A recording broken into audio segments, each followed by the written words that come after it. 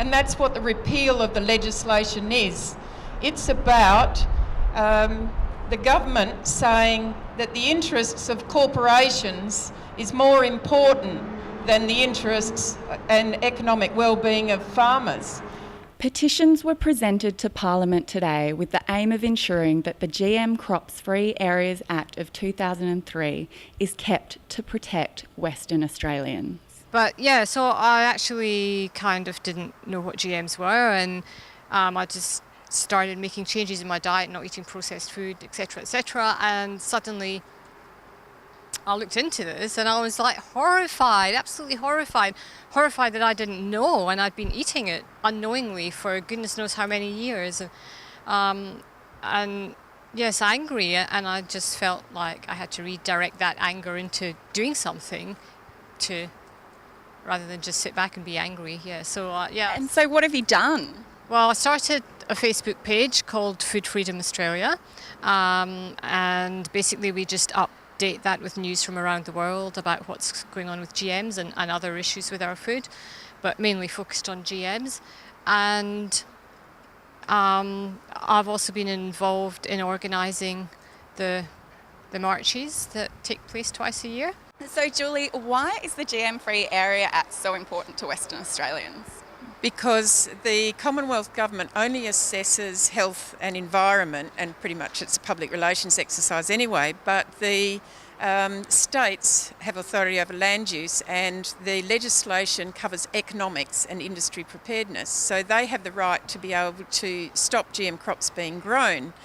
And it was set up particularly for GM wheat, because no market in the world wants GM wheat, and overnight we could lose all of our markets because the perception is that we are growing GM unless you prove it, and that process of proving a non-GM status is too difficult and too expensive. We heard a little while ago, well in fact it was probably 2 years ago, that the current state government wanted to repeal the GM Crops Free Areas Act 2003. Now that act is in place to protect our farmers' economic profitability from the introduction of GM crops. So it's in place to stop any approved GM crops being grown in WA without it being approved by the state government. And the state government said it wanted to get rid of that act. So we thought we had to do something about it. If the act was repealed, the next thing we see coming up is GM wheat. We already know that there is no market for GM wheat, but we know that there are a lot of trials going on to try and ascertain whether in fact it can be grown. Once it is approved by Canberra, if the act is repealed, it will mean that the door is open automatically for GM wheat to be permitted to be grown in WA. I can't believe that the Minister for Agriculture is so negligent to want to remove legislation that assesses economic risk. There is a major economic risk with GM wheat. That's why no country in the world grows it. But because he holds the portfolio for the plant breeding, the Ag Department plant breeding, Monsanto is a major shareholder and they own the patents over the GM. They want to push GM wheat, and the only way he can get it pushed is to remove a legislation to assess the economic risk for farmers. So what he's saying is it's more important for him to grow GM wheat and promote his portfolio than it is about the whole agricultural area. Now that is bizarre, that is totally negligent, and he needs to be pulled into account for that. And so what do Western Australians need to do to stop this from going ahead and make sure that the GM Free Area Act stays in place?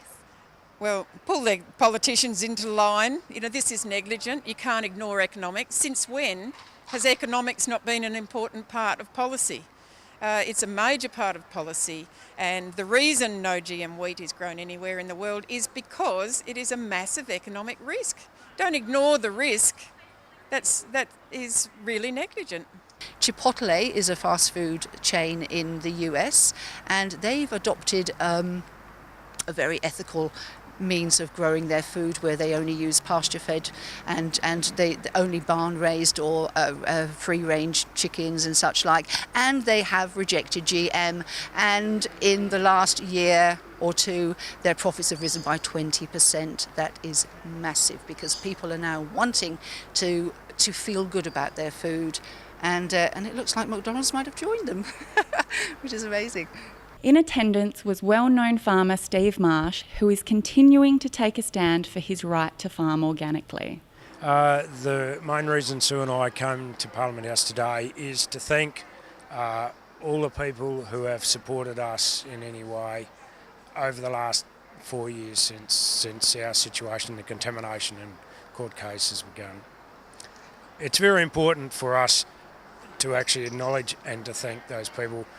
I'm Lucy Nichol, reporting for Undercurrent.